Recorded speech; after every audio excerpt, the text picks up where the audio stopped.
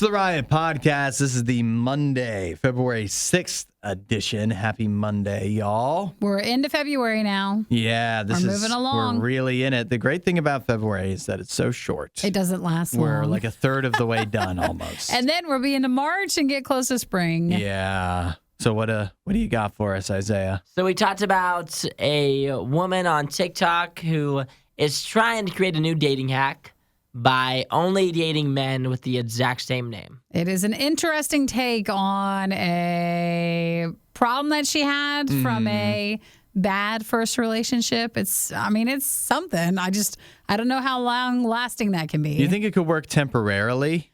Like to rehabilitate you maybe if you do go through a bad breakup? Yeah, but then, I understand her philosophy with it because she broke up with someone first. You'll learn about his name later. I think he broke up with her, it sounds like. It does sound like it was she sounds bad. hung up. Yeah, and so she felt bad about it, but then by chance happened to date someone after with the same name, and then that kind of helped her feelings towards not the first person, but the first person's name. Yeah. Whereas a lot of times if someone's hurt you so bad, you're miles away from ever dating anyone with the same letter. Yeah. Because you just don't like to hear it or be reminded. Do you think that, this is a completely different topic, how much of an issue is it if you call the person you're hanging out with now the previous's name? And it wasn't actually their name? Not actually their name. Yeah, that's pretty bad. Like if I was dating a Nikki and now I'm dating a Janice, if I called her Nikki, would that be like a pretty big issue? Because then it shows that you are still hung up on It's like in the back of your mind, maybe. I don't know. Like, it is tough, right? Have you ever done that, Hud? No, I have not. But be honest. You can tell us. I love a good story. No, it's just sometimes if you have just multiple people in your life. My mom would always, especially when she gets upset, she'd mix up the brothers or whatever. So I can see in a certain situation where you might slip up just in the heat of the moment, but it's still pretty bad. But if someone did that, you'd be more likely to believe that they were just seeing other people. Yeah. And you weren't the only one, and that's where that came in from. It's even worse if it's a name you have no familiarity with. And that's when You're it's like, a real problem. Janet. Who is that? It's not even your ex's name. It's some random name. Who could that be? Red flag. I haven't seen a Janet anytime I snooped on your phone. Exactly.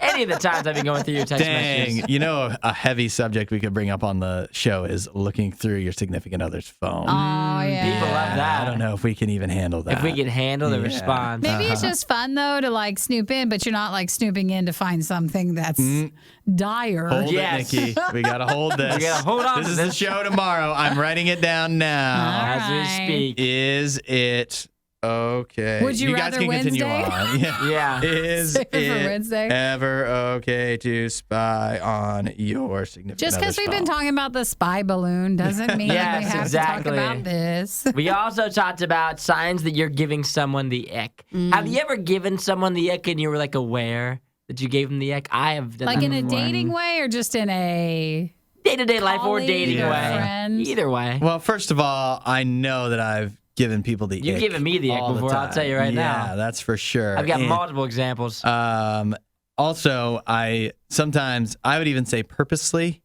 give my wife the ick. Do you? It gives me bother some her. kind. Yeah, gives me some kind of joy. some kind of stupid pleasure Hi. to annoy her and bother her. So occasionally I do that. Well, that's Frequently I do that. It's quite mature to Yeah. hear. Yes, that's right. You like to annoy your wife. I like that style. I know that I gave a girl an ick one time when I yelled at Jim and did this little shuffle run towards him when he's in trouble. And she was like, never do that again. She was like, you looked ridiculous. That's and it because gave me the ick. She was probably so forward thinking she saw her future kid. Yes. Yeah. And you doing the As I was doing this little shuffle angry run at Jim, and she was like, never do that again. And I was like, noted. Okay. Won't be returning to that one. Won't see you again. Yeah. We said about that. We also talked about trying to get our steps in, which during this conversation, I was giggling in the beginning because trying to get your steps in is like such an adult thing. It is. It Like really when you're like is. 15 years old, you're not like, I wonder how many steps I have today. You're trying to get your Mountain Dews Yeah, in. You're not trying to get exactly. your steps in. Yeah. Well, I'm not 15, so it's okay. Yeah. We're growing up. Nikki's growing up. She's trying to get her and steps. Trying to better herself, I think. Is No, that why I- you're doing it? Like, No, I think it just bothers me that they're like, well, on average, everybody should be getting this 10,000 steps a day. And it hurts my feelings. And it makes me feel like we must have such a bad lifestyle that I'm only at 5,000 a day. Half. Like, why can I Yeah. not do this? But why is that the thing? There's a million things they say that you're supposed to do. Why is that the one? It seems achievable. It does. feels like Yeah. you should be able to do It it. does. Like it's That's just true. steps. Like it feels like there's a lot of things they tell you you're supposed to do. Like you're supposed to read however much and do whatever much. It's like kind of the drinking water thing too. Yeah. You feel like you can drink as much water as they say, and so if you commit to doing that, you for sure could do it. I feel and like- the steps feel similar to that. yeah, I feel like, why can't I achieve this? And why do I feel like I'm getting less and less steps? So when I'm still being more active. So Yeah. I don't know what. I even looked into my watch. Like, are you working? You're like, maybe my pedometer off. Like, it literally can't Is be it counting me. these? Yeah. So we're working on that. That's just it's a February goal. All right, there you go. Well, that's what we talked about. That's the podcast. Enjoy. Make sure you text and say hi at 877-2-RADIO-U. Put that you're a podcast listener and your step count. And we'll catch you next time. Bye. See you guys. It's the worst of the riot on Radio U. We've got an issue in Alabama where they may not be known in Alabama for their, crossbreeding fish experiments. Oh, but something's going on. But something is afoot Oh, in Alabama no. at Auburn University. This was texted in to us from some listeners, Caleb and Sarah. They are listeners from there. So thanks for letting us know about this so we can be concerned about Auburn University, where they are crossbreeding alligators and catfish to create some kind of monstrous hybrid that is meant to be, of course, it's all with good intentions, that these catfish are meant to be harvested basically to be sold in stores. So you kind of wouldn't even know that maybe there's alligator DNA in them. You wouldn't be able to tell. It's still sold more like catfish, but the catfish is like farm raised. Yeah. So how is it being raised? Now that And now, who's buying catfish? I mean, I guess it's just not our thing. Yeah, maybe not around here. That's what I was wondering too, is how big is the catfish market? The industry? That now the problem they say is that for the farm raised catfish, you have all those catfish on a farm, and it leads to a quick spread of disease among yeah. those catfish. Kind of similar to like if you have tilapia or like salmon, Okay. the farm Where salmon. they keep it in the farm, but then all those fish all around each other, and one fish comes down with something, and all of a sudden it's getting through all the fish, and it kills off your fish population, and that's tough. Well, maybe the alligator DNA, if they're hybriding them together, that gets them rougher. It'll And so, make them a they little can live hardier. Yeah, they're hardier. Yeah, well, they say the reason that they are actually swapping out the alligator catfish DNA in part is so that if any of these catfish are to escape their farm environment and get out into the wild, it makes them sterile using this DNA so that the catfish will not be able to reproduce with wild catfish. I see, and then make it even bigger introduce thing. alligator DNA into the wild catfish population as well. But I feel like even that is fraught with danger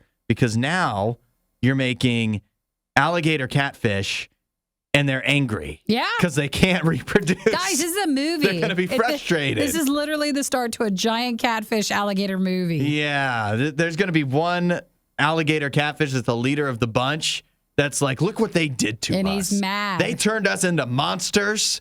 And they've taken away our catfish dignity, and the alligators rise up too because they're tired of being added That's right. in. Yeah, that's right. And so, yeah, maybe one alligator catfish might not feel all that threatening, But what if you have a whole farm full of them? They say that this farm-raised fish, in the South is mostly Alabama, Arkansas, Mississippi, and Texas. Well, they'd have to swim a long way to come mess with us. Mostly the area for catfish. I don't think that I'm alone in this, but I have my concerns. Yeah, I know. That does seem a bit worrisome. Yeah, but anything to keep the catfish population, the catfish farmers going. And it also makes you worry because sometimes when you get like chicken or pork or something where there is a lot of extra added ingredients, like a chicken they're all nugget or farmed the something. same way, right? All in close quarters, questionable sanitation probably.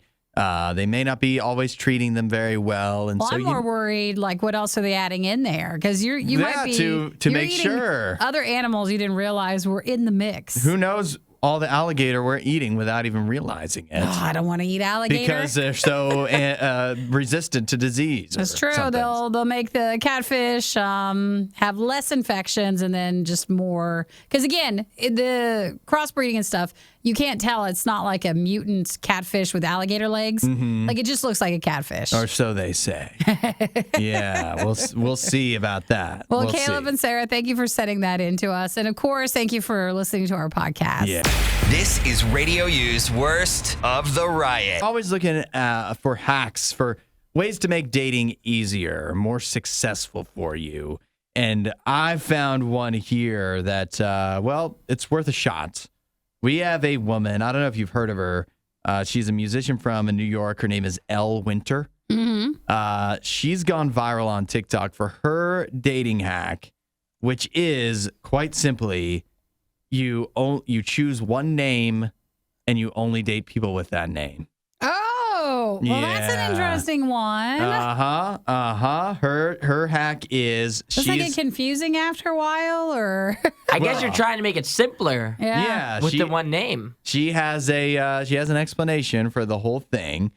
She only dates men named Alex, and she says the reason why is if you go back in time to the first guy that she dated, obviously named Alex, didn't work out, but for a while she would see that name and it would make her more upset. But then she started going on a few dates with another guy named Alex. She got over it, and then it's like, well, wait, this is a way of reclaiming the name so that first Alex won't make me upset anymore. And ever since then, she's kind of stuck with that. And so she started and you're like, well, wouldn't that be confusing? Well, she calls the Alexes the subsequent Alexes she keeps dating, she numbers them. Oh. For her friends and everything. Then it helps her friends and family. They don't remember have to learn them, yeah. who's she going out with now. It's always Alex. Even if it's a new guy, it's always Alex. And I don't know if she's not married yet or, hasn't settled down with somebody. Is it really that successful? Alex? No. Yeah. Right. But that's her. That is her thought process. Would you guys be offended if you found out that someone was dating you at first only because your name matched all of her past boyfriends? I'm the fourth Isaiah. Yeah, I'd be a little offended, I think. And if you have a unique name and everybody else starts doing this, you're never going to get picked. I'd be pretty screwed in that scenario. How many Hudsons are there? Yeah, well, that's not going to be your first overall pick if you're picking one name. And if all women and men started doing this, then you'd have to match up with somebody that you'd have to each have picked the name that is each other. Yeah, this is dumb. This is the dumbest thing I've ever heard. It doesn't make any sense. But I'll tell you this too. We can't all do this. If a guy did this, then this would be a real issue, I think. But since a girl's doing it, it's okay for now. But I would say the whole Alex thing, I think it's silly. I think it just shows that she's just struggling to get over every guy she hangs out with. So she just gets hung up easily. And that's okay. And then you're risking the chance of meeting someone. You're being too judgy based off their name, first off. Yeah. And you really could be missing out on possibly the right person because their name's not the same. She's being a little bit too picky. Her dating pool is nearly tiny. In one city, there's 4 guys that are available for her. I think she's in New York. So. Yeah. Okay, so there's 7. So there's 7 Alexes. Alex is a common name, too. So, but again, if she picked a more, if it was any other rarer name, you'd run out of guys to date pretty quickly. But I don't know. And the other thing is, and Isaiah touched on this, if any guy did this, you'd be tarred and feathered.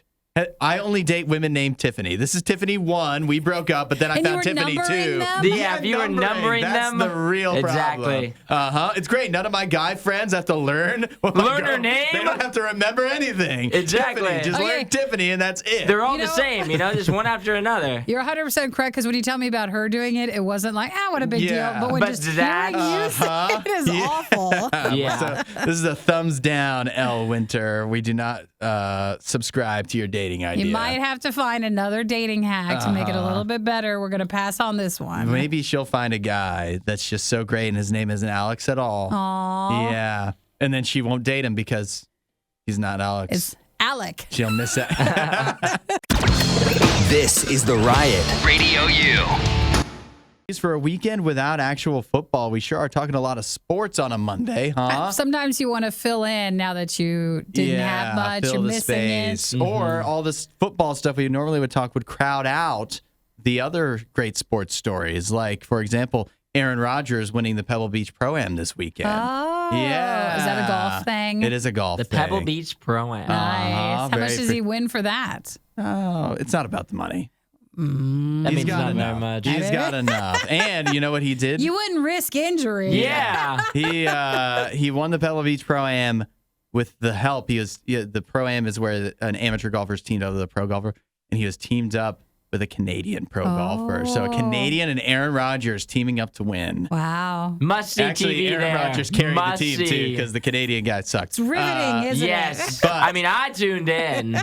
that is not what we're here to talk about, though. We're here to talk about the Super Bowl. We're less than 1 week away now from the actual game, which means we're 1 week away from Super Bowl Monday, which everyone in the entire world thinks should be a holiday, and for some reason it's not.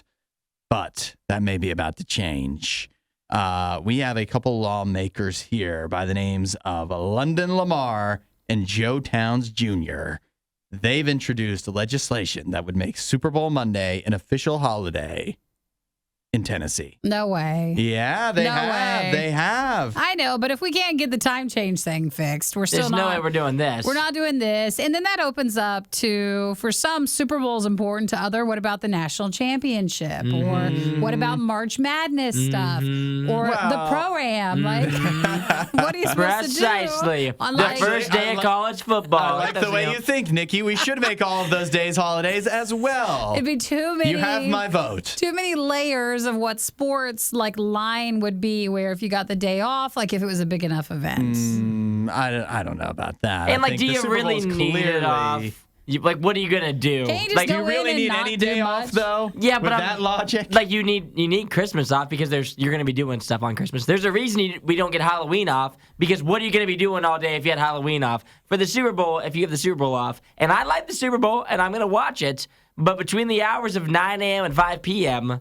I'm not going to be doing anything for the Super Bowl. I'm just going to be working. Well, I think they were saying, how much does it cost the company to bring in employees? Because that's the big thing around March Madness. You bring in your employees that basically don't do anything while they're on the clock. Is it just better to just have the day off? Or what?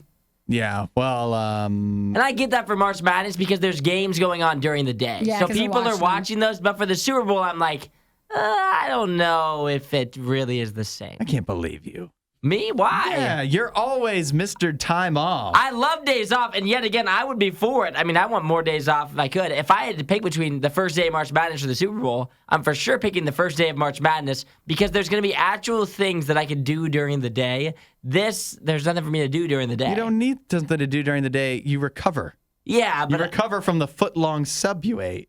And all of the wings and all of the. Well, I'm not going to get to recover. I would rather have the Tuesday morning after the Super Bowl. I would rather have a 2-hour delay. Well, hang on for this. So there is still. So they say that this would be replacing another. Not most people don't get Columbus Day off, but if you work in a job that does, this is replacing Columbus Day. Okay. So it is switching. Columbus Day is the second Monday in October, and this would instead be taking the first Monday after the Super Bowl and having that be a day off. So you can pick which one you want. No, you would. In Tennessee, they would no longer recognize Columbus Day. Got it. So you'd swap it out. Okay.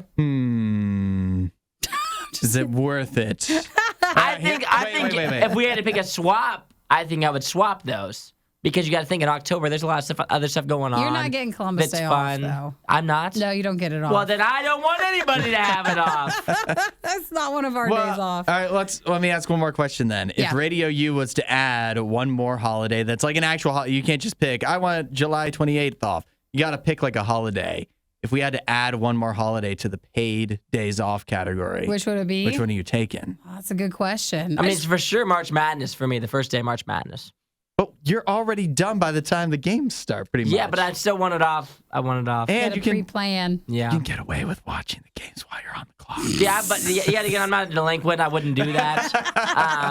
And like for I would rather have March Madness off because you got to think I'm doing stuff after work. I'm not gonna get to see that first 1 o'clock round of games. I have other things going on. If I didn't have to work that day, I'd be able to make it work. Well, it doesn't matter anyways. We're not in Tennessee. I don't know. I want to pick something on a month that we don't have anything else. Yeah. So I need some time. You mean February? That would work. Yeah. As in Super Bowl Monday. Yeah. Okay. Maybe. Because there's no actual holidays we could even claim in August or the rest, or July. Well, some people after get July 4th. President's Day off. You got that off in school, but I don't know. That's the week after the Super Bowl this year, anyways. There you go. I think the Super Bowl is more worth honoring than the presidents of this great nation. I knew you were going to say that. I was like, here it is. The Riot with Hudson and Nikki on Radio U. Now has to be brought out into the open for everyone to weigh in on. And that is, Nikki and I have been talking about our steps, getting our steps in every day. How many steps, how many do we have each day? Now, there's some kind of, requirement out there that we've seen that says you need to get to 10,000 steps every day. That will slowly over time, regardless of supposedly what else you have going on, will help you lose weight, right? It's like a pound. A pound a year or something like that if you were able to walk 10,000 steps. And so we've talked about that and how it seems impossible. But Isaiah, I don't know if you've noticed this. Nikki thinks she's unlocked the secret to getting to 10,000 steps every day. It's not a secret. I think it's why we can't get anywhere near it. What's that? Because so many hours every morning, we just sit right here. That is not, and we're not walking around anywhere. No. And I've been trying during our songs to walk around. And outside of you looking just so stupid doing it. Making your laps around the Radio U studio. I've been trying because our studio's not that big. And I don't want to make you feel uncomfortable. Nikki's just power walking along in the corner. But I've been walking back and forth between the break room, and I am already at 1,500. And normally I only get to like 5,000 the whole day. Yeah. So what if we get to 10,000 today? What are you going to do, though? You're at like 1,500, and we still got a bit of show left to do. But then what are you going to do? I'm going to put a treadmill in the corner. No, just teasing. Headling along. What are you going to do? You have to sit at your desk to work later on in the day. Like, you can walk between songs here. Nikki works for like an hour. What do you mean? The boss catches you walking around. He's going to be like, you're not answering the emails or whatever you're supposed to be doing. I guess I have a laptop. I can just hold it and walk around. Just walking around. That's extra exercise because you're carrying a weight with you. I think if I get more during the show in the morning, then add it to my normal rest of the day, and maybe I could finally get to 10,000. See, I think what's crazy, this is what I think is really wild, is if anybody should get to 10,000 steps, it should for sure be us, because we talked about before how we just routinely get less sleep than like the rest of the world. We have way more hours in the day. We have way more hours in the day to be walking around getting our steps in. Like, we are up at like 4:30 in the morning walking around. And so for everybody else... And we go to bed the same time as everybody else Exactly. does. So we should for sure get our 10,000 steps in every day. Well, but the only reason we're not... Not to make everybody feel bad, but we for sure should. I know. I feel bad every day because, again, like Andy just texted in, he gets 18 to 22,000 steps a day. Like, a mailman? I'm getting 5,000. Yeah. And I'm feeling like we should try during these hours that normally we're just sitting and doing nothing. I mean, we're doing this show, but I mean, like, stepwise, we're doing nothing, that we should walk around more. I like it.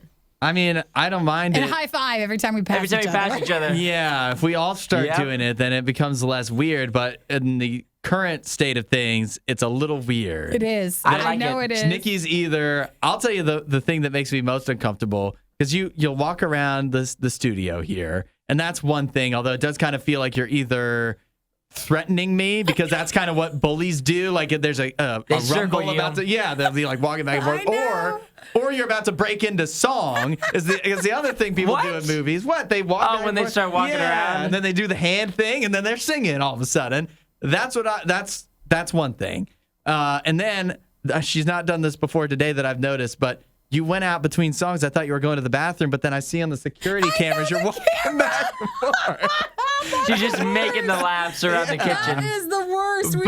We have cameras everywhere. The top thing, because I don't know if it counts even, is when you'll just stand at the desk and walk in place. Listen, that's the one that gets me. I think that's the best way. I'm trying. Yeah, I think walking in place is the best way.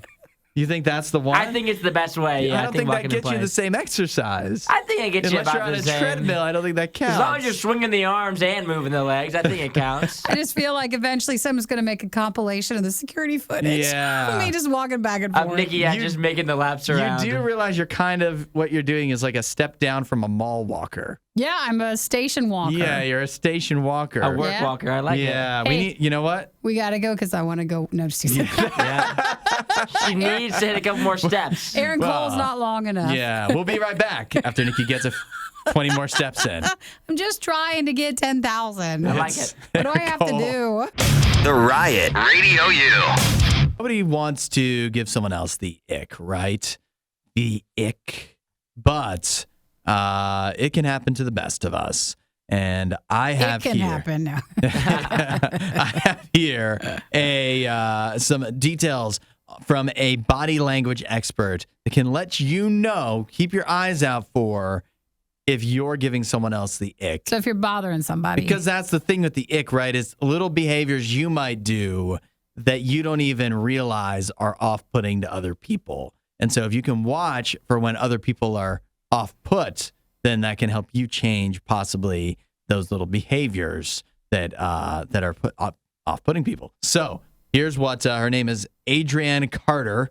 She's from the UK. She's a body language expert. She says the top thing you'll notice, and this is like particularly for dates, but it can be for just regular life in general, that the top thing people will do if they're not into you and getting the ick feeling is cross their arms. Oh, really? Yeah. Now that's a big obvious one, right? Usually. Hang on. No, just yeah. uncross your arms. Wait a second. Yeah, wait a second. All of a sudden. That is one I've known for a while, not necessarily the ick, but I know that's bad body language. That means they're closed off towards you. They're nervous, right. That kind of stuff. I learned that from doing like if you work in like the food industry and you're taking orders, you can't be standing there or like behind everybody. You can't be standing with your arms crossed. It makes it look like you're closed off. But that's again a clear and obvious one many people might know. But what about this? If you're out, let's say you're out on a date, the two of you sitting across from each other, and the other person like puts things between you, like unnecessarily, it seems. Like they move their drink in between you, or maybe they've already decided what they want to order, but they pull up the menu again. If you're holding the menu up in front of me, like this is not a good date. That's a good sign. I'd be more worried if it was the plates of food and you're like, no, let's leave them there. Yeah, if they're just like, it's probably something that they don't even realize they're doing in many cases, but if they're subconsciously kind of rearranging the table to put stuff between the two of you, that could be a sign that they're not having a great time. And finally, and this is a big one, this is the most subtle, but possibly the one that might be the most important because those other things are very noticeable. So they may not give that away so easily. And also, if you notice that they're scrunching up their nose slightly. Oh, that's one? They do the little the like the confused face. Yeah. I'm thinking. That's the first one that I thought of, is if someone does something that's really icky, you kind of just like are in confusion. And it's like you're trying to figure out what the heck is wrong with them. Why are they in front of you? Yeah, it's like, why would they ever do that? Yeah, so that's the big one to watch out for. Now, I don't want this to be all doom and gloom and disaster and despair. How about some good news? How about some things to watch for that are good? Things are going well. And that is like just eye contact in general. Now, some people like me have difficulty making eye contact for whatever reason. It's very uncomfortable for them. So another thing you might notice is the eye flash, the eyebrow flash, they call it. And that is where the other person will look at you, look away, and then look at you again. Like with their eyebrows up. Yeah. And maybe even a little smirk, a little This is getting so creepy. If you do this, you look like an idiot. Like, don't do this. If people don't do it, it's please. It's not supposed to be noticeable. If I'm talking to you, Nikki, and we're having a conversation, and I like do one of these, and I'm constantly going like this. I can tell you're interested right now. Can you see that I'm clearly very delved into our conversation? Invested into the conversation. They did say, okay, eye contact does freak a lot of people out, but they say that the ideal time to have eye contact is 60 to 70% eye contact. So you're not supposed to be staring the person down, or you're not supposed to be looking down, but 60 to 70% of eye contact is actually not too aggressive. Yeah, I think the difficulty but watch your eyebrows. I think the eye contact is real important. If you're like having a serious conversation with somebody like Hudson and I right now, you gotta stare into each other's eyes. I think it's real good. Well, that's a power move. It is. It's a confident move. If you're giving them the eye contact, they know that you're about it. Well, why don't you stare them down and cross your arms? Cross your arms at the same time. Give them both. That'll be signals. real mixed messages. Does he like me or not? Is this ick or is it fine? I don't know. Thanks for watching the worst of the riot. Since you made it this far, you might as well like, subscribe, and check out riot.radiou.com for even more riot.